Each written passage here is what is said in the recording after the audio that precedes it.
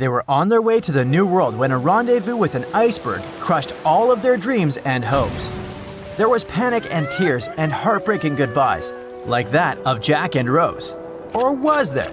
Let's see how well you know the real story of Titanic. The love story of Jack Dawson and Rose DeWitt Bukater was inspired by true events. What do you say? Is it a myth or a fact?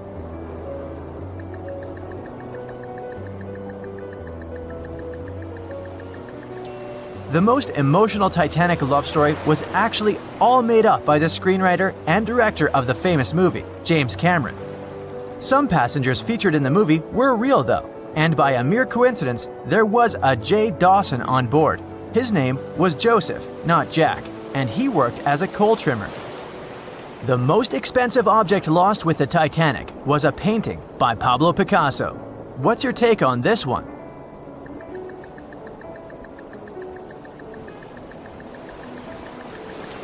It's a myth. Another one given to us by the famous movie. The most valuable item that went down with the Titanic was probably a Mary Joseph Blondell painting, created in 1814. Some other valuable items were a violin that belonged to Wallace Hartley, the musician who insisted that they had to play till the very last moment. There was also a 1912 Renault Type CB Coupe de Ville that would now cost millions of dollars, a handwritten manuscript by Joseph Conrad, first edition essays by Francis Bacon, 5 Steinway grand pianos, and, of course, some fine china plates and cups and first-class passengers' jewelry. The Titanic was the largest and the most luxurious passenger ship of its time. Does it sound real to you?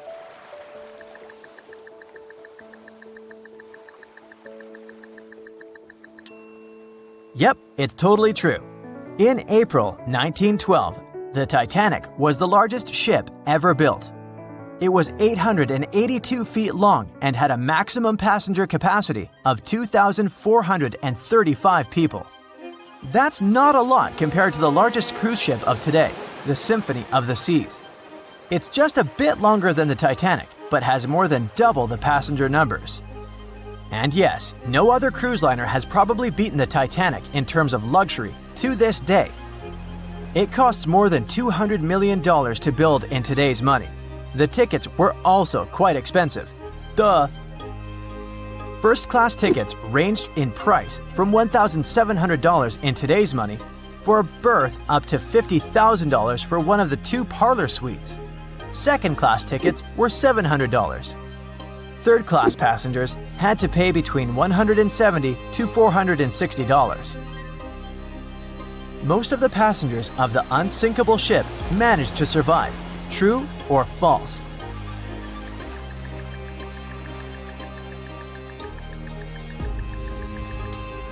Sadly, it's false. Only 37% of all the passengers actually survived the meeting with the Titanic. Around 61% of the first-class passengers, 42% of the second-class passengers, and 24% of the third-class passengers made it out alive. The Titanic was passing through the Bermuda Triangle when things went wrong, and that's probably why it sunk. What do you say? Myth or reality?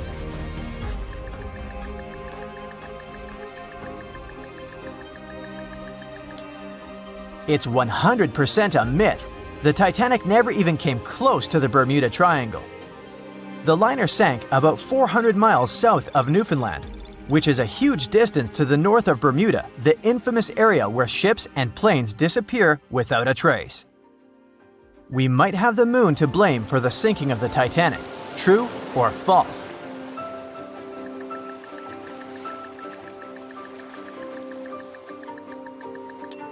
This one is true. The moon heavily affects the tides on Earth. The closer the moon is to the Earth, the stronger the tides are because of the increasing gravity of our satellite. Back in 1912, the moon was so close it made several glaciers in Greenland break apart. Massive chunks of ice that broke off from the glaciers started floating south. The supermoon event came just 6 minutes after a spring tide, the alignment of the moon, the sun, and the Earth that makes their combined gravity reach its peak twice a month. And the day before, our planet had come the closest to the sun that year, which made the gravity even stronger. This mixture of events created perfect conditions for one of the most powerful tides in history. Icebergs breaking off from Greenland's glaciers drift off to the coastal waters of Labrador and Newfoundland, where they often run aground. To move on, they need to either melt and become lighter or catch a high tide that would carry them further. The 1912's tide was as high as it gets. So they shifted many shipping routes south because of the huge amount of icebergs. But not the Titanic, of course, as they believed it was unsinkable. It took 4 hours and 40 minutes for the Titanic to sink. What do you say?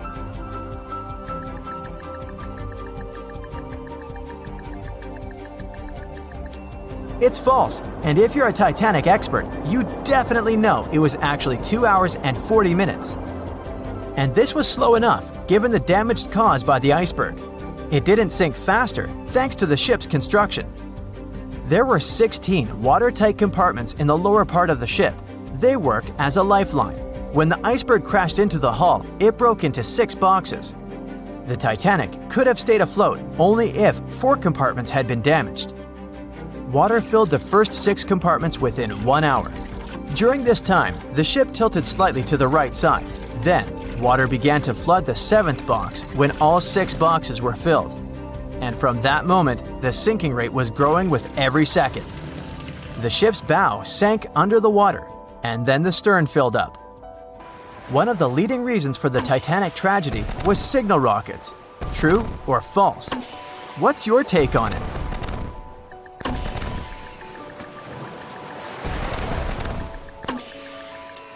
This one is true. When any ship sinks, the crew members must release red flares. It's a signal to all nearby ships that someone is in trouble. But for an unknown reason, someone put white lights in the Titanic's rocket box. When the ship crashed into an iceberg, the crew members released white flares. Another ship, SS Californian, was nearby at the time. Its captain knew the Titanic was going through a dangerous iceberg area. The crew of this ship didn't see the Titanic in the dark, but they noticed white rockets. Radio communication between the vessels didn't work. The SS Californian operator turned off the receiver. The Californian captain felt that something was wrong, so he sent a Morse lamp signal to the Titanic. But it was too late. The ship was already underwater, so no one could respond. Another ship, Samson, was sailing alongside the Titanic. It drifted with lights off since it was catching seals, and that's not legal. When the captain saw the Titanic's white rockets, he thought it was the Coast Guard. So Samson sailed away as fast as they could. They realized they had abandoned the drowning passengers once they made it to Iceland and learned the horrible news. In 1996, one expedition managed to raise the Titanic from the ocean floor. Do you believe it?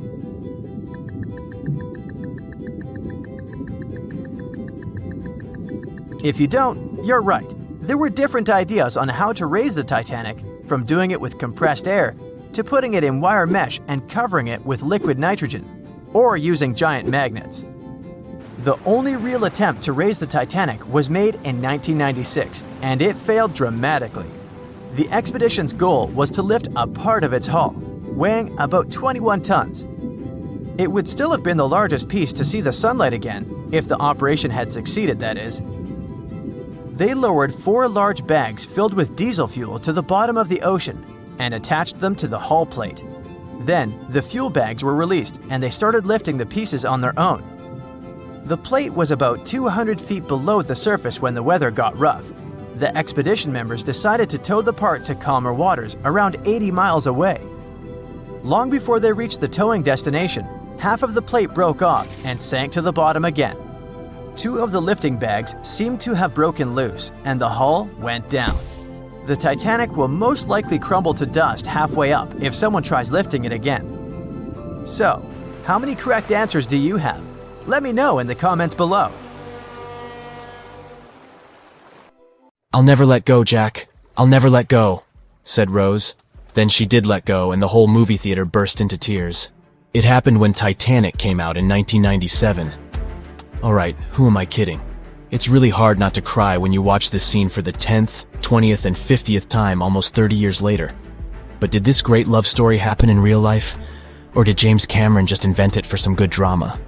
As much as I don't want to disappoint you, Jack and Rose never fell in love on board the real Titanic.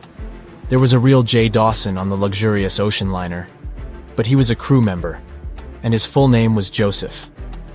The real-life inspiration for Rose was the American artist Beatrice Wood. James Cameron came across her biography while he was working on the first draft of the script and decided to bring her love for art and family background into the story. It doesn't mean that the movie is completely off when it comes to historical accuracy, though. The unsinkable ship that sank departed from Southampton, England to New York and was 400 miles south of Newfoundland on April 14th when crew members noticed the iceberg. The contact with it lasted 37 seconds, precisely as long as the corresponding scene in the movie.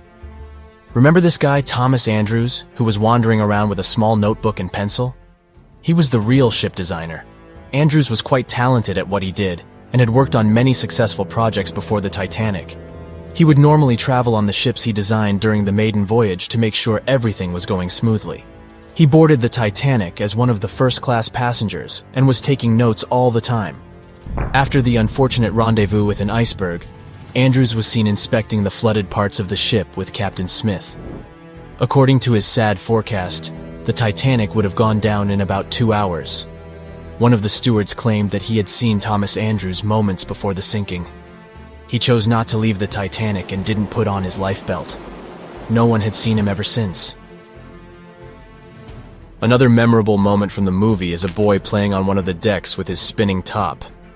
This was an accurate recreation of a real photo that was taken on board the Titanic on April 11, 1912. The passengers in the photo are first-class passengers Frederick Spedden and his 6-year-old son Douglas. The family was going back home to America after traveling around Algeria. When the evacuation of passengers began, Spedden's nurse told him they were going to see the stars.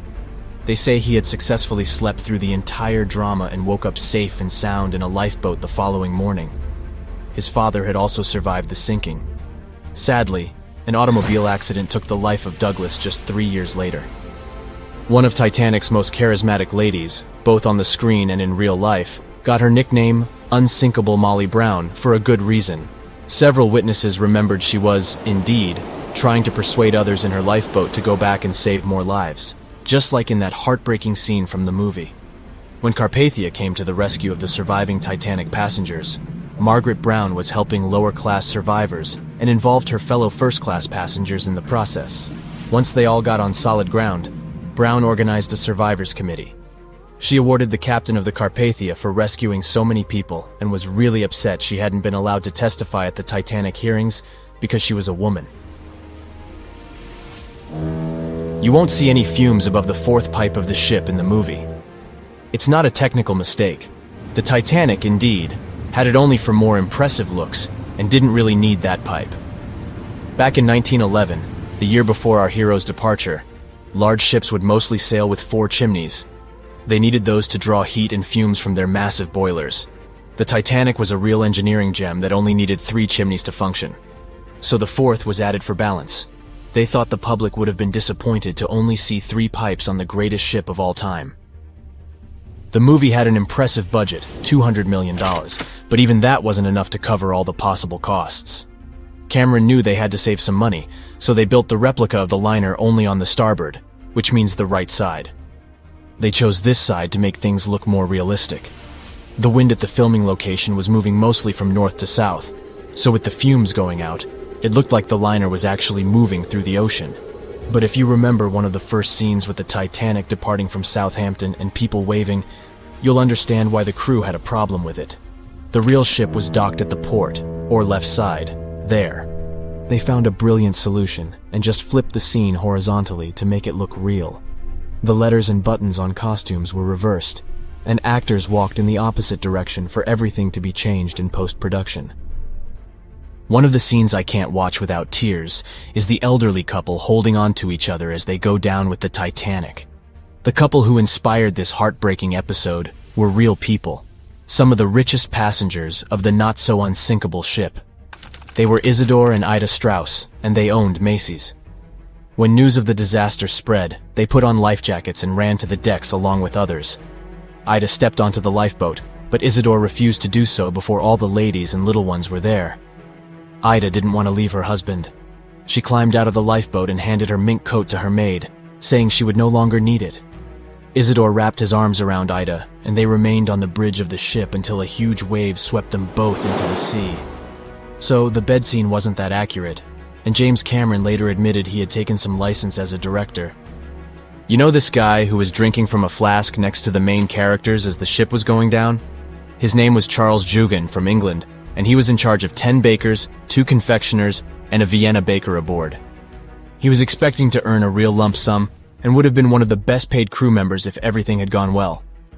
The night the iceberg hit, Joe Hin was off duty, taking a rest in his bunk. He immediately woke up and sent his bakers to deliver bread to lifeboats. He then returned to his room for a drink. Once he came back on the deck, he helped others get in his assigned lifeboat. There was no more room for Charles inside, so he ended up on the outside of the rails of the ship. Finally, when the Titanic submerged, he just swam away, and as the sun rose again, he found one of the lifeboats and was rescued by Carpathia. The contents of the flask must have helped him survive. The well-dressed man who decided to stay on the Titanic forever was American businessman Benjamin Guggenheim. That last name probably sounds familiar, and yes, he was from that famous family. Guggenheim was traveling with his valet, his significant other, a singer from France called Leontine, her maid, and their chauffeur. They all boarded the Titanic in France during one of the short stops it made after leaving Southampton. When disaster struck, Benjamin was helping the ladies get in their lifeboat. He reportedly said they were only saying goodbye till the next day. He was sure the ship would be quickly repaired. After helping many women and youngsters get in the boats, Guggenheim chose not to fight over the remaining seats. He and his valet returned from the decks to their first-class suite and put on their finest suits to go down like gentlemen. Everyone knows the story of the Titanic, but not many people know that Titanic had 2 sister ships, and that on the night of its sinking, one of them was rushing to help but didn't make it in time. Bad luck seemed to follow the trio of ships, but each one of them had glorious moments that live in the minds of those who sailed in them. Keep on watching to discover a story of awe, ingenuity, and ill fate. And don't forget to click the subscribe button and turn notifications on to join us on the bright side of life. You know how the iceberg hit the Titanic, how the band played to the end, and how the whole tragedy unfolded, but before it happened, it would have seemed an impossibility for such a ship to meet the end it did. None of that could have been foreseen by White Star Line, the company who built the Titanic, who had high hopes for what the unsinkable ship and its sister ships, the Britannic and the Olympic, would accomplish. The Olympic was the first of the trio to make sail on June 11, 1911, heading towards New York. The sheer size of it would wow the crowds. The Olympic's maiden voyage went without incident, and a crowd of 8,000 people in New York got to explore its luxurious accommodations while it was docked there. There were high expectations for the massive ship, but just around 2 months later, the Olympic crashed with the HMS Hawke. The Hawke got the brunt of the damage, as the bow was left flat as a pancake. After the crash, the Olympic made its way slowly back to Belfast, where the Titanic was being constructed. On the dock, people could see the 2 enormous ships side by side, as parts of the Titanic were used to put the Olympic back in shape. A rare sight to behold. And on April 14, 1912, the Titanic hit an iceberg, and minutes later, the crew radioed nearby ships for help. That night, the Olympic was returning from New York when it received the distress signal. The ship turned around and rushed at full speed towards the Titanic, but they were so far away that they would have arrived next night. At some point during the early hours of April 15, 1912, the crew of the Olympic decided they wouldn't make it in time and stopped course. The survivors of the Titanic were eventually rescued by the Carpathia. Olympic was set up with lifeboats for all crew and passengers after the Titanic sank. It went from having 20 lifeboats to 64.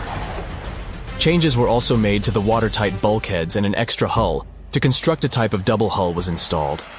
It was determined that a double hull would have kept the Titanic from sinking. For several years, Olympic was used in the war effort against Germany. Throughout the years, Olympic carried over 200,000 passengers, which included thousands of Americans fleeing from Europe and troops battling during World War I. One of the most significant moments for this ship was when it struck a German submarine and sank it. It was discovered that the submarine was preparing to fire a torpedo on the Olympic before Olympic rammed it. The Olympic ended up sailing the seas for 3 decades, which earned her the nickname of the Old Reliable, despite some previous accidents. It went on to help the survivors on the HMS Audacious when it was sinking, and do what it couldn't for its sister, Titanic. Eventually, bad luck caught up with the Olympic. The ship crashed with the Nantucket Lightship, and the crash signaled the beginning of the end. Beaten up, and after years of service, the Olympic was demolished and scrapped for parts. The Old Reliable saw many years of service and thousands of passengers, but the Britannic's journey was shorter-lived. When the Titanic sank, White Star Line was faced with a problem since they already had another enormous ship in the works. White Star Line began construction on the HMHS Britannic on November 30th, 1911, around 4 months before the Titanic sank. Although the Britannic was the youngest of the trio of ships, having been constructed last, it was also the biggest. They intended to name it Gigantic, but after the Titanic's disaster, they changed the name to Britannic, since they considered it to be a lucky name. With the Titanic sinking, the White Star Line underwent rigorous investigation, and many changes were made to the Britannic's design. The Britannic looked very similar to the Titanic, and it had what was at the time the largest marine turbine in the world, able to reach faster speeds than the Olympic. With Titanic's fate fresh in their minds, everything possible was done to ensure the safety of this newer ship. The Britannic was eventually launched on February 26, 1914, almost 2 years after Titanic met its end. After the Titanic's disaster, the White Star Line wanted the Britannic to redeem their name. The Britannic was on its way to becoming a successful ship. It transported passengers for over a year and a half when the British government requisitioned it and turned it into a hospital ship during the beginning of World War I. The ship became an even more impressive sight to look at. It was painted all white, with enormous red crosses on its side to indicate it was a hospital ship. One of the ship's surgeons, Dr. J.T.H. Beaumont, thought of it as the most wonderful hospital ship that ever sailed the seas. It could treat as many as 3,309 patients at once. This is how the Britannic became His Majesty's Hospital Ship, or HMHS Britannic. Though the sight of this magnificent ship must have put a smile on a wounded soldier's face or two, the Britannic didn't operate for long. Just a year after it was turned into a hospital ship, the Britannic was making its way through the Aegean Sea to pick up wounded soldiers, when it was struck by a loud explosion. The passengers didn't know what had happened, but headed to the deck to disembark. It is unclear what hit the Britannic, but the general consensus is that it was struck by a mine left by a German U-boat, though some still believe a torpedo hit it. The captain tried to move the ship to a beach close by, but the ship was sinking fast. In the desperation, against the captain's orders, several crew members launched lifeboats and disembarked. But since the ship was moving and the propellers working, the lifeboats were sucked and destroyed by the propellers. Though so much effort had gone in to ensure the Britannic was safer than the Titanic, whatever explosion occurred left the Britannic in the same dire condition as the Titanic in just 10 minutes. In a cruel twist of fate, it also sank in the ocean. Unlike Titanic's enormous death toll, only 30 people perished in the sinking of the Britannic, and over 1,000 survived. So many people survived because the accident happened in the morning, when the temperature of the water was warmer and the Greek island Kea was close by to offer help. In the end, the Britannic only sailed the seas for over 2.5 years. The bad luck that followed the Titanic and the Britannic and the accidents and demise of the Olympic was remarkable. But what was most impressive is that there was a woman who sailed on all 3 ships and survived. Violet Jessup was a crew member and nurse aboard the ships. She was there when the Olympic collided with the HMS Hawk in 1911 and disembarked safely. 2 years later, she escaped the sinking of the Titanic in lifeboat number 16, and she showed some women it was safe to board the lifeboats. You'd imagine that would be enough to keep her from ever getting on a boat again, but not for her. A few years later, she served as a nurse in the Britannic while it was used as a hospital ship. When the explosion occurred, Violet jumped overboard, was pulled under by the water, and hit her head on the keel but survived. Can you imagine her experience? She must have had nerves of steel. All in all, the trio of ships saw journeys of triumph and tragedy. ill fate might have followed them, but all the survivors were left with incredible stories to tell. So tell us, Brightsiders, would you have liked to have seen any of these ships in real life? Let us know in the comments section. Don't forget to give this video a like, share it with your friends, and click subscribe to stay on the bright side. Bet you never heard this story about the Titanic. So, this massive luxury ocean liner was heading out of Southampton on its first voyage to New York with over 2,000 passengers and crew on board. I'll spare you the details for now. You know how it all went down. Since there were a lot of things that went wrong during its short lifespan, some couldn't help but wonder, was it really bad luck? Or was there some mysterious force behind the ruckus? Well, for starters, right as it was leaving the harbor, the Titanic nearly crashed into another ship, called the SS New York. How did that happen? Well, 6 tugboats had to pull the massive Titanic into the river to begin its journey. Captain Smith was in charge, but let's be honest, he probably needed a few more cups of coffee before making any big decisions.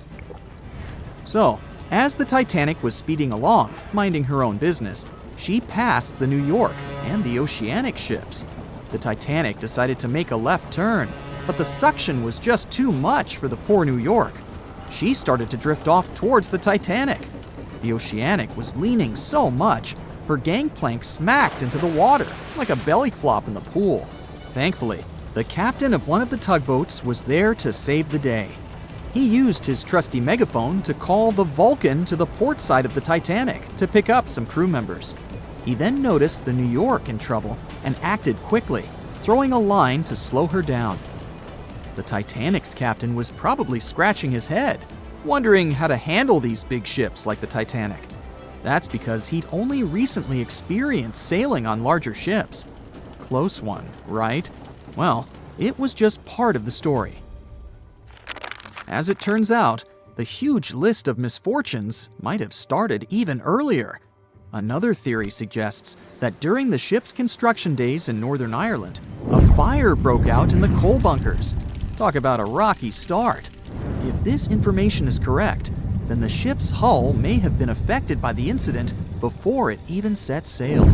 Fans of this theory argue that a fire popped up inside one of the Titanic's large coal bunkers and really damaged an important segment of the ship's hull. Some claim there's even photographic evidence to back this up. A bunch of photos documenting how the ship was made and pampered for its maiden voyage were found, and they showed a significant black streak on the outside of the Titanic's hull.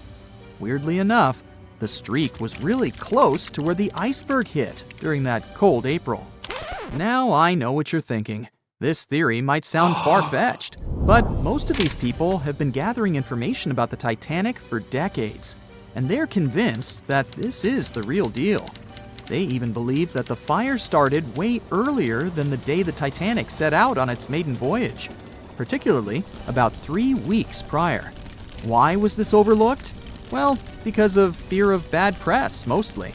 Also, because of all the fuss created around the unsinkable ship, it was important that they stuck to the initial calendar.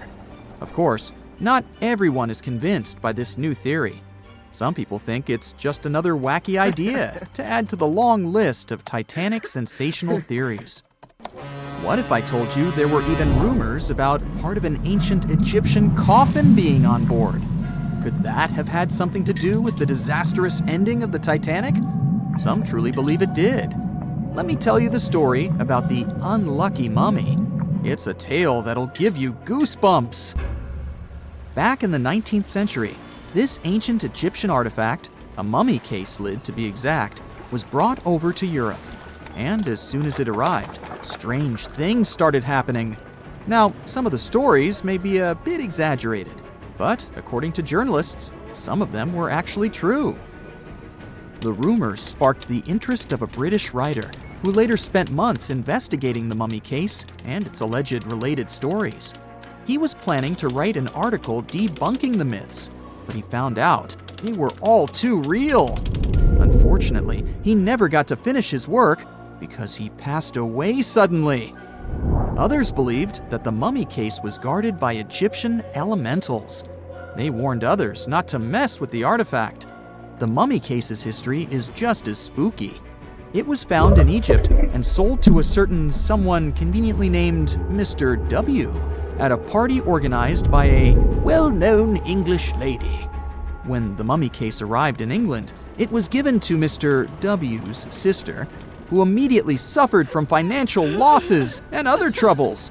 A photographer who took a picture of the case claimed that he captured a living woman's face on the film. The mummy case eventually ended up in the British Museum, and it's still there today. However, rumors say that it was aboard the Titanic and was responsible for its sinking. But don't believe everything you hear. Some sources claim the mummy case never left the British Museum, and the rumor was started by a journalist named William Stead. He was actually a passenger on the Titanic, and he supposedly told his fellow passengers about the ill-fated mummy before the ship went down. Is that what happens when you tempt fate? Seriously doubt it, but it does make you wonder, doesn't it? It gets even weirder, trust me. About 50 passengers got cold feet before the ship took off, and they refused to board the Titanic at the last minute, even if it meant that they'd lose the cost of the ticket. They just had an extremely bad feeling about the whole deal, and even an Irish astrologer warned against making the voyage on the Titanic. I doubt he saw a big ol' iceberg hidden somewhere in the stars, but it does add up to the mystique surrounding the Titanic. And do you know what's even worse? The fact that the ship's binoculars, which could have helped prevent the iceberg collision, were locked up. Apparently, those binoculars could have been used by lookouts on that fateful night. But guess what? The key was held by David Blair, an officer who was sadly bumped from the crew before the ship's departure. Poor guy. He probably didn't even know what he was holding on to. Now, some historians think that if those binoculars were in use, the iceberg might have been spotted earlier. But hey, let's not point fingers here. Others argue that it wouldn't have made a difference. Who knows? Maybe the lookout was too busy looking at the stars to notice a giant iceberg in front of them. But seriously, what were they thinking? Locking up the binoculars on a ship that big is like forgetting to pack sunscreen for a trip to the beach. Also, the ship might have been going a bit too fast. Now, I know what you're thinking. Why was the captain in such a hurry? Well, apparently, good old Captain Smith was trying to beat his ship's older sibling, the Olympic, in a race to see which ship could cross the Atlantic faster. I guess he had a bit of a sibling rivalry going on or something. But here's the thing. Even though there were warnings about icebergs in the area, the Titanic just kept on chugging along at full speed ahead. I mean, come on, guys, it's not rocket science. If you know there are icebergs around, maybe slow down a little bit, right? And then, close to midnight on April 14th, 1912, the Titanic hit that iceberg and sank in the North Atlantic. It also famously had a mere 16 lifeboats and 4 collapsible dinghies on board. No wonder it ended up being one of the worst maritime disasters in modern history. After the whole event, people started believing in life beyond the veil and contacted mediums, hoping for signs from the ones they had lost at sea. Can't say I blame them, though there's no verified story of someone managing to contact a Titanic passenger from the beyond, though. We know Titanic from so many stories, even a movie, but now we have its first full-sized digital scan. And nope, it's not like those models from before, where we mostly imagined what the ship was supposed to be like. This time we got a real digital scan. A team of experts really mapped the deep-sea floor around the Titanic together with the ship itself. We basically got a 3D view of the entire wreck, which is like going deep down beneath the ocean's surface and seeing Titanic as if all the water has been drained away.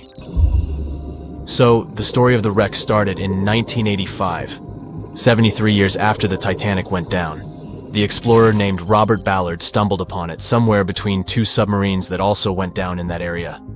He was actually on a different task back then, so he didn't even have time to explore the ship properly. But as he was searching for the submarines, he realized how ocean currents affect sinking debris. He noticed the heaviest object sank quickly and left a trail of debris behind, the trail that followed the currents. Using this knowledge, Ballard made a hypothesis the Titanic had broken in two and left a debris trail as it sank. Before he found the wreck, everyone thought the ship just went down in one piece after hitting an iceberg. So everyone knew where the ship was so the adventure could start, or not. It was hard to explore it.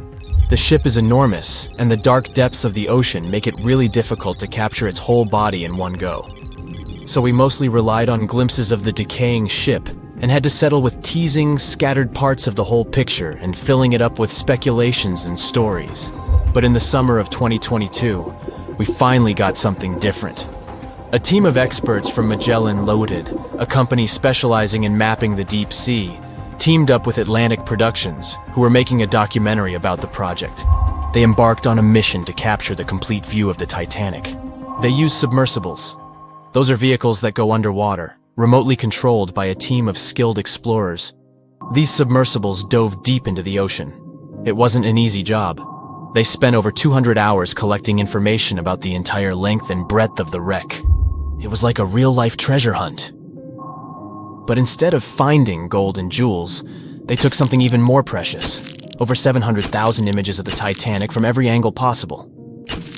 Yup, they took photos of every tiny part of the ship, even the not-so-interesting bits most of us would usually skip. Even mapping the muddy parts was an important part, because it helped fill in the gaps between the more exciting things they discovered. And this was a way for all of us to finally get a detailed 3D reconstruction. Even though it's been more than 100 years, you can still recognize the bow of the Titanic, covered in rust that hangs down like stalactites. On top of the bow is the boat deck, where a big hole gives us a glimpse into the empty space where the grand staircase once stood, like a window into the ship's glamorous past. Its stern is now a wild mess of twisted metal. As the Titanic went down, this part collapsed and spiraled into the seabed. The bow and the stern ended up separated by about 2,600 feet. There's a vast field of debris surrounding this giant, stuck on the seafloor. This debris is like a scattered treasure trove, full of intricate metalwork from the ship, statues, and even unopened champagne bottles. There are also personal belongings that went down together with the ship, like dozens of shoes resting across the seafloor. It was a tough task to do, go down and take all those pictures. It may not sound that hard at first, considering it was the vehicle that really immersed itself into such deep parts of the ocean, not the people. But studying the ocean is hard. We haven't explored, mapped, or even seen over 80% of it. The conditions are harsh, and the pressure becomes more intense the deeper you go. And their vehicle had to dive down to nearly 13,120 feet below the surface. That's like 12 Eiffel Towers stacked on top of each other. Plus, you have strong currents in that area, so it was probably like trying to navigate through a watery maze. And submersibles weren't supposed to touch anything. Even the slightest wrong step can damage the wreck that was already so fragile. It seems like the Titanic is frozen in time, so it will always be there waiting for us. But in reality, it's slowly disappearing. It's pretty obvious that the ocean water ruined it considering how long it has been down there. But it's not just that. The wreck itself has become a home for a specific type of bacteria Halomonas titanicae that even got named after the famous ship. These bacteria have a special ability. They can survive inside rusty formations known as rusticles. They kind of look like icicles, those spikes of ice that form when water falls from something and freezes. These bacteria have a taste for iron, which is abundant in the ship's hull. For them, it's like a real buffet down there. And as time goes by, these bacteria will keep eating away at the iron in the ship, bit by bit, until one day, the feast comes to an end and the whole ship is gone. It's like a slow but steady recycling process. So this 3D model we got because of the hardworking team and technology comes at the best time because we never know how much time we have left with exploring the famous wreck. This time we might even understand the collision with the iceberg better. You know how movies always show the Titanic hitting the iceberg on its right side? Well, we can't even be certain about that. The scans could help us figure out if the ship actually grounded on the iceberg, like getting stuck on it. We can study the stern and analyze how the Titanic struck the seafloor. That will also help us understand what really happened during the sinking. Maybe we'll get a chance to discover if there was really a strong fire that sealed the fate of the Titanic. One theory says that the coal fire had been raging for a whole 3 weeks before the ship even took its first and last trip. And this could have made its hull weaker. which means most of the work was done. The iceberg just delivered the final blow, if there even was an iceberg, as some people wonder. There's an alternative theory they suggested where the Titanic may have actually hit a hidden mass of pack ice instead of a typical iceberg. Pack ice is made up of large sheets of ice that float near the ocean's surface and can be difficult to spot. They believe this pack ice might have drifted into the Atlantic from the Arctic Ocean. According to one professional mariner, Captain L.M. Collins, that stands up with that idea. If the Titanic had struck a regular iceberg, the ship would have sunk much more quickly than it did. And since the Titanic managed to stay on the surface for a relatively long period of time, less than 3 hours, maybe this was a different type of collision. The mariner also said there are differences in what people said they saw when the Titanic sank. He thinks these differences might be because of optical illusions. In this case, when people were looking at the ocean that night, the way the light was reflecting and the conditions at sea might have made things appear closer or distorted. So when they saw something in the water, it might not have been exactly what they thought it was, whether it was an iceberg or something else. Binoculars might have helped the crew members to spot the potential danger, but unfortunately, they didn't have any. It appears they were locked inside a cabinet, and no one knew where the key was. If I asked you to name the most famous shipwreck of all time, you'd go with the Titanic, right? The Atlantic Ocean, the hope for new life, heartbreaking love stories. It had it all to become a blockbuster. But I guess you've never heard of SS Princess Alice that submerged in the sewage of the River Thames, taking between 600 and 700 lives with it. Life in 19th century Victorian London wasn't easy, especially for working class folks. Affordable public transport and bank holidays made it a bit easier. The people could escape to the coast on a train or pleasure boat, even if it was just for a day. Sheerness on the Isle of Sheppey in Kent started as a fort under Henry VIII and then grew into a bustling town with a dockyard. When they added a railway station in 1863, it became a prime destination for day trippers and holidaymakers.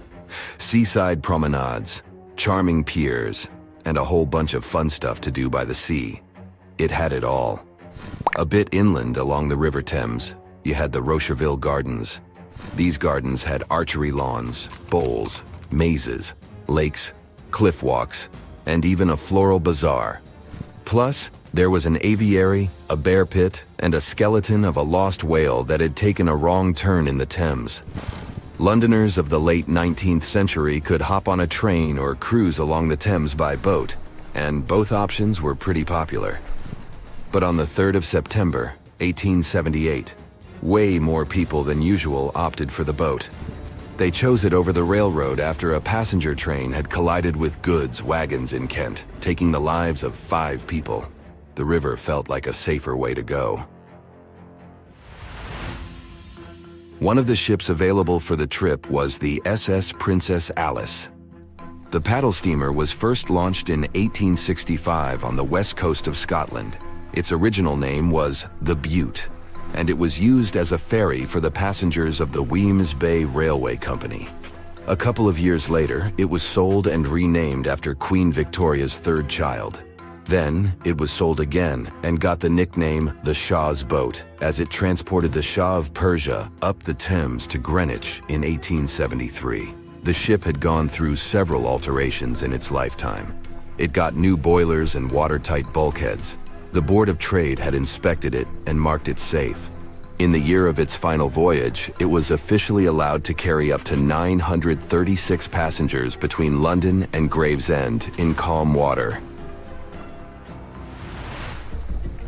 On the day of the tragedy, Princess Alice was on what was called a moonlight trip downstream from Swan Pier near London Bridge to Sheerness, Kent and back. The trip wasn't expensive, so most of the passengers were from the working class. There was also a musical band aboard to keep the spirits up. The 3rd of September was a bright day, and many families were happy they could catch some final summer sun rays and enjoy fresh sea air. The then owner of the ship, the London Steamboat Company, had several vessels working on the route. The passengers were free to hop on and off different ships. At around 6:30 p.m., after a beautiful day in the open, The SS Princess Alice headed back to Swan Pier. No one kept official lists of passengers, so we'll never know exactly how many people were on board that evening. But they say the steamer was close to its full capacity. As it got darker and cooler, many families decided to stay inside the saloon or in their cabins below. Some stories from the steamer sound like fate. The captain of Princess Alice let his steerer stay at Gravesend and replaced him with one of the passengers. John Ayres was a sailor but had little experience at the Thames or with a vessel like Princess Alice. Alfred Thomas Merriman, a chef from East London, had been offered to work on the steamer at the last moment. He was 30 years old and a father of 4, so he couldn't say no to extra money. At around 7:40 p.m., he was standing on the deck by the saloon door.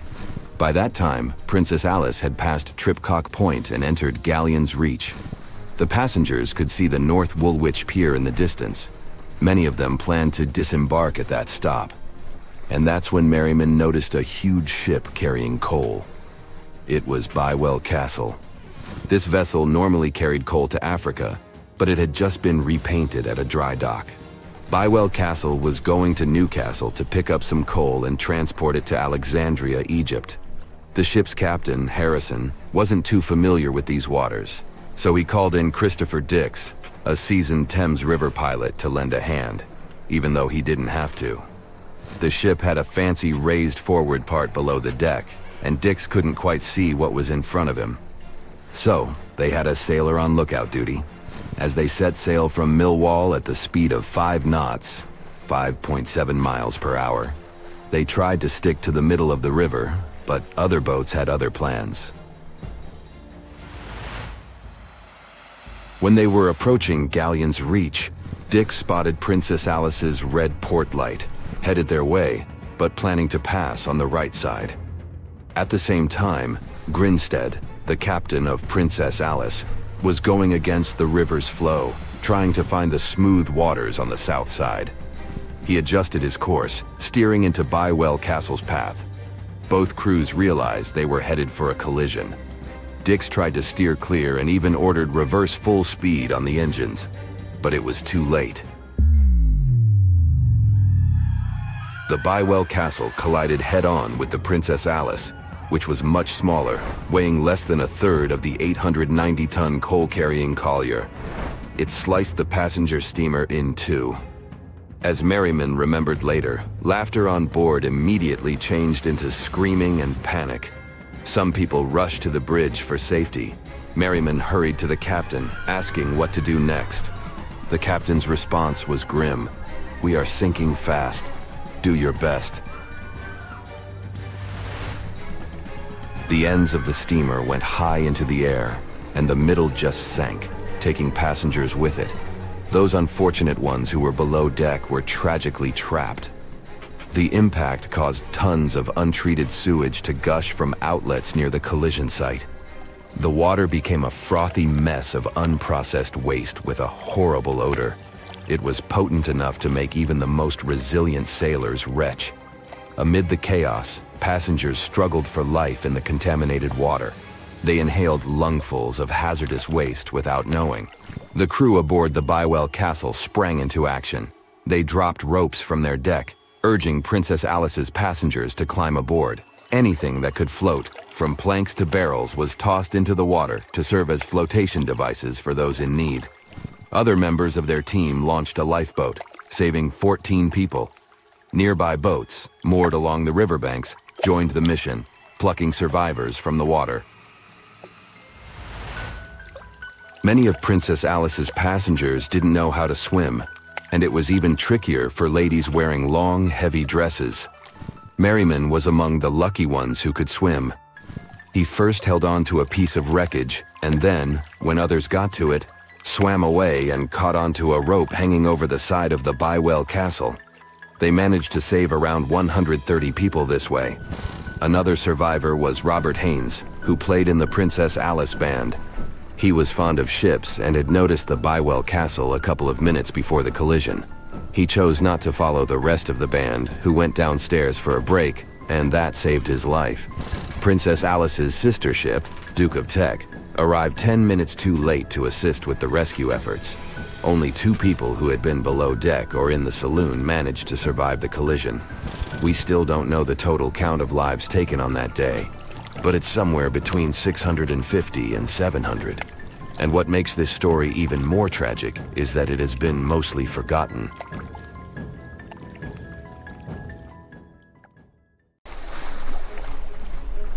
The lookout shouts, "Iceberg right ahead!" The Titanic strikes the ice. Water starts flooding in. Third-class passengers are locked up. There aren't enough lifeboats for everyone. Panic sets in. Violins are playing. The ship sinks. Well, we all know the story of the movie Titanic like the back of our hand by now. But what if I told you that Hollywood lied to us? To tell the real story of what happened that freezing night in 1912, we need to rewind a bit. The lookout shouts, "Iceberg right ahead!" Yep, that part was true.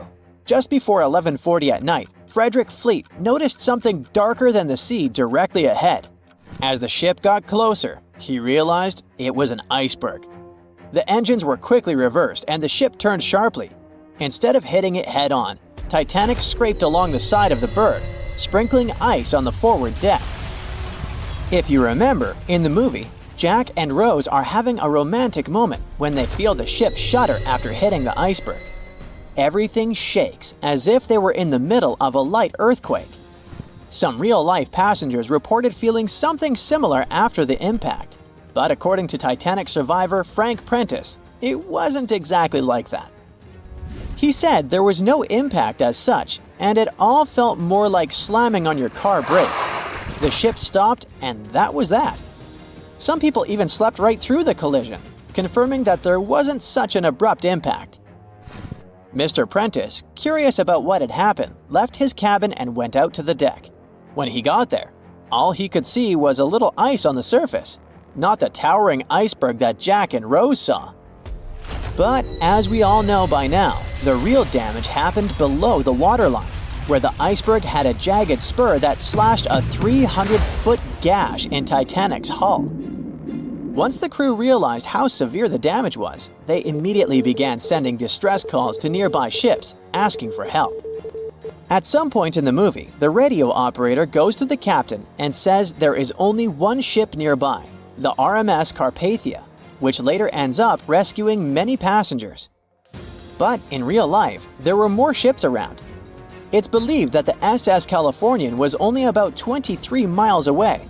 This ship might have actually seen the Titanic sinking, or at the very least, seen its rockets exploding high in the sky. Yet, for reasons we will never fully understand, they didn't try to help. Let's get back to the story. Now, people need to get off the ship. At 12:45, lifeboat number 7 was the first to be lowered, just like in the movie. Women and children were told to go first. But in reality, some women were hesitant and even refused to get into the lifeboats. Mr. Prentice said this happened mainly for 2 reasons. First, these lifeboats were high and passengers were terrified of the 70-foot drop from the deck to the ocean below. And second, most women didn't believe the Titanic would actually sink. It was called unsinkable after all. So the idea of getting into a lifeboat seemed pointless at the time. This mindset probably explains why Eloise Smith, a first-class passenger, recalled that there was no panic or chaos at first. Other survivors backed this up, saying that no women or kids were crying. But one thing that was indeed concerning, at least for the crew, was the possibility that the lifeboats might buckle under too much weight. This is one of the theories why the first few lifeboats left carrying only a fraction of their full capacity. Like lifeboat number 7, which only carried 27 people in it, even though it could hold up to 65. In total, Titanic had 20 lifeboats, which could carry about half of the 2,200 people on board that night. But that didn't happen. And now we know the passengers had no idea there weren't enough for everyone. As women were calmly getting into the first lifeboats, musicians headed up to the deck. Their only goal was to play and keep the passengers calm. That's a pretty well-known fact. But the real story is that some survivors said they never saw or heard the band. No violinists whatsoever. It's not like Hollywood misled you though. The musicians did play for over 2 hours after the ship had hit the iceberg. So maybe these passengers were just too panicked to notice the songs, or the musicians started playing later than we think. Now it's time to talk about the terrible treatment that third-class passengers received. The movie portrayed the crew as cruel, locking the less fortunate below deck like animals, giving them no chance to reach the lifeboats and save their lives. But the official inquiry into the disaster suggested that wasn't true. I mean, yes, fewer third-class passengers survived compared to those in first and second class, but there were other factors at play. Many third-class passengers were reluctant to leave the ship, clinging to their belongings, and had a harder time making their way up from the cabins, which were at extreme ends of the ship. Some survivors confirmed that they were not locked up. In fact, it was quite the opposite. Mrs. George Wabi, a Lebanese woman traveling in third class, said that when chaos had erupted, some brave crew members and well-dressed first-class passengers had actually helped her get up to the first-class deck and eventually onto a lifeboat. At first, the Titanic was sinking slowly, bit by bit. Passengers reported seeing the water rising and hearing pops and cracks. Then, there was a loud boom. Some said there had been just one explosion, while others described it as a series of smaller explosions, which they thought had been the bulkheads giving way. And there's also a group of people who said they had only heard a rumbling sound. So not everyone agreed on the sound they had heard, but one thing is a fact. By 2:18 in the morning, the lights on Titanic went out, and the ship plunged into complete darkness. As the bow continued sinking, the stern rose out of the water, putting immense pressure on the middle of the ship. This caused the Titanic to break in two. In James Cameron's movie, this moment is pretty dramatic, with the ship sinking almost straight down into the water. But in reality, the break probably happened at a much lower angle, likely just below the waterline. Even so, it tilted enough that people couldn't stay on their feet and started sliding into the water. One interesting thing is that it wasn't until the wreckage was found in 1985 that it was finally confirmed the Titanic had broken apart. Up until then, survivors had given conflicting stories. At least 8 survivors claimed they had seen the ship split. Emily Ryerson, a first-class passenger, described it as if the Titanic had been sliced in half with a knife. But there was also a small number of witnesses that insisted Titanic had gone down intact.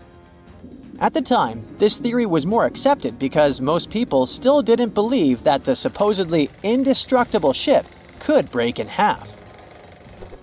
So why the conflicting reports? Okay, so what you don't see in the movies, for obvious reasons, is how incredibly dark it was when the tragedy happened. It was like being in a room with no light, where you can only make out shapes and shadows. That's what it was like on the lifeboats.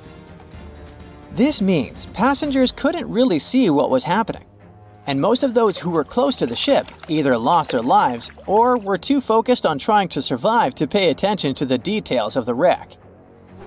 Although James Cameron's film didn't fully capture how terrifyingly dark the disaster truly was, the 2012 TV series Titanic did a better job of showing the pitch-black horror of that night. Even then, the reality was much darker and more terrifying than either of these two productions could portray. In the Titanic movie, you won't see any fumes above the fourth funnel of the legendary ocean liner, and it's not a mistake. Back in 1911, the year before the Dream ship's departure, large ships would mostly sail with 4 chimneys. They needed those to draw heat and fumes from their massive boilers. The Titanic was a real engineering gem that only needed 3 chimneys to function. So the 4th was added for balance and more impressive looks. The White Star Line thought the public would have been disappointed to see only 3 pipes on the greatest ship of all time. The Titanic's sister ships, the Olympic and the Britannic, also had 1 fake funnel each for the same reason. The dummy chimney wasn't completely useless and served for ventilation. It took out the fumes from the machine spaces in the lower decks and from one of the first-class general rooms. One big ventilation funnel, instead of several small ones, helped to declutter the upper decks and left more open space for passengers to enjoy their strolls. When Titanic went down, the funnels, each weighing 60 tons, went down with the rest of the ship. They were made extra tall to make sure the passengers weren't covered in the suit being ejected. Their height and weight let them stay in the upright position. The forward funnel, followed by the others, fell only when the ship went for the final dive. Those chimneys were much lighter than the bow, so they spread among other debris. The light material they were made of flattened once it hit the bottom, and the iron-eating bacteria living deep down took care of it later.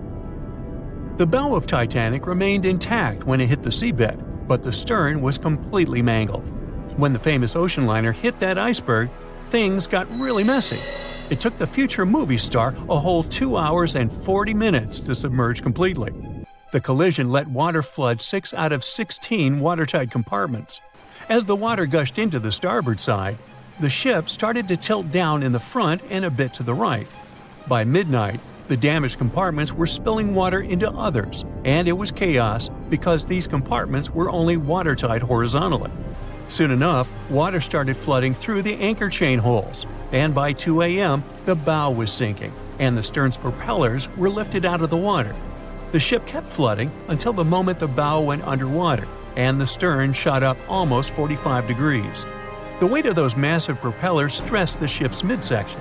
The steel just couldn't handle it and failed. Survivors described that moment as some loud noise, like breaking china or falling gear. That was the Titanic's upper structure giving in. By 12 past 2 a.m., the bow and stern were only connected by the inner bottom structure. Minutes later, the bow, weighing almost 16,000 tons, broke loose from the stern. The stern rose sharply to an almost vertical position and started sinking slowly. By 2:20, it disappeared underwater. The bow was cruising down at about 13 miles per hour and had hit the ocean floor almost a half an hour before the stern. The two parts of the Titanic now lie 2,000 feet apart, pointing in different directions. The bow remained mostly intact, just covered in mud. The stern turned into a tangled wreck because of the implosions it went through during the descent.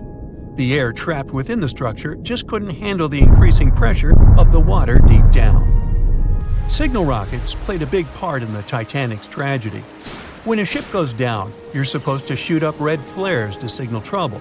But someone decided to stock Titanic with white lights instead of the usual red ones. So when the ship smacked into that iceberg, the crew fired off white flares. The SS Californian was passing nearby, and his captain knew the Titanic was in a dangerous iceberg zone. The crew didn't spot the sinking Titanic, but they sure saw those white rockets. The radio between the ships was useless because the Californian's operator switched it off. The captain had a gut feeling something was off, so he flashed a Morse code light signal at Titanic. But he received no reply because the Titanic had already gone underwater. There was another ship, Samson, sailing alongside the Titanic. It had plenty of illegally hunted frozen seal meat from Canadian waters abroad, so it was sailing with lights off to remain unnoticed. When they saw the Titanic's white rockets, they thought it was the Coast Guard and zoomed away. Samson didn't have a radio, so they couldn't find out about the ongoing disaster. The crew got the news about Titanic only when they got to the coast of Iceland the following month. There have been many theories to explain the Titanic tragedy, and one of the recent ones says that there was a fire involved. An Irish journalist went full detective for decades, digging into the mystery, and stumbled upon a game-changer. He came across a photo album that had been hiding from the public for a century after the tragedy. In the pictures, taken at the Harland and Wolff shipyard in Belfast, Northern Ireland, just over a week before the liner sailed, you can clearly see a massive 30-foot black spot on the ship's hull. Maloney researched the photos and eyewitness testimony from the time and claimed that a fire spontaneously broke out inside of one of Titanic's enormous coal bunkers. It was raging for a whole 3 weeks and messed with the metal, critically weakening a crucial segment of the ship's hull. Back then, most ships had just one hull, so it was the only skin the Titanic had. That's why the iceberg managed to punch a hole through the ship so easily. If it hadn't been for the fire, the Titanic might have shrugged off that iceberg collision. The company operating the liner knew about the fire, but they decided to conceal that fact. They didn't want any negative stories in the press as they faced some serious competition in transatlantic voyages. The Titanic was sold out, so they stocked up on coal and made it sail. The moon might have also played a role in the sinking. Our satellite heavily affects tides on the Earth. The closer it is to our planet, the stronger the tides are because of the increasing gravity of the moon. Back in 1912, the moon was so close it made several glaciers in Greenland break apart. Massive chunks of ice that broke off from the glaciers started floating south. The supermoon event came just 6 minutes after a spring tide. During new and full moons, the alignment of the moon, the Earth, and the Sun makes their combined gravity reach its peak. And the day before, our planet had come the closest to the Sun that year, which made the gravity even stronger. This mixture of events created perfect conditions for one of the most powerful tides in history. It created the perfect conditions for the icebergs breaking off from Greenland's glaciers to move freely. Opponents of this theory say that the difference in tidal force wasn't actually that big, and it couldn't have been the main cause of the sinking. The iceberg tore down the side of the ship, leaving a huge opening in the hull. It wasn't a continuous rip, and damage was caused in several places. Some experts believe the ship would have survived the iceberg if it had hit head-on. The Titanic had watertight compartments designed to prevent flooding in case of a collision. Only the first 3 or 4 of these compartments would have been flooded. This could have helped save a lot of lives. Supporters of this theory put the blame for the disaster on First Officer William Murdoch. Huge, fast-moving ships don't just turn in a matter of seconds like a speeding car. It takes minutes. When Murdoch realized the collision was inevitable, he tried dodging left to avoid a direct hit. But despite his efforts, the ship still collided with the iceberg. You know the rest.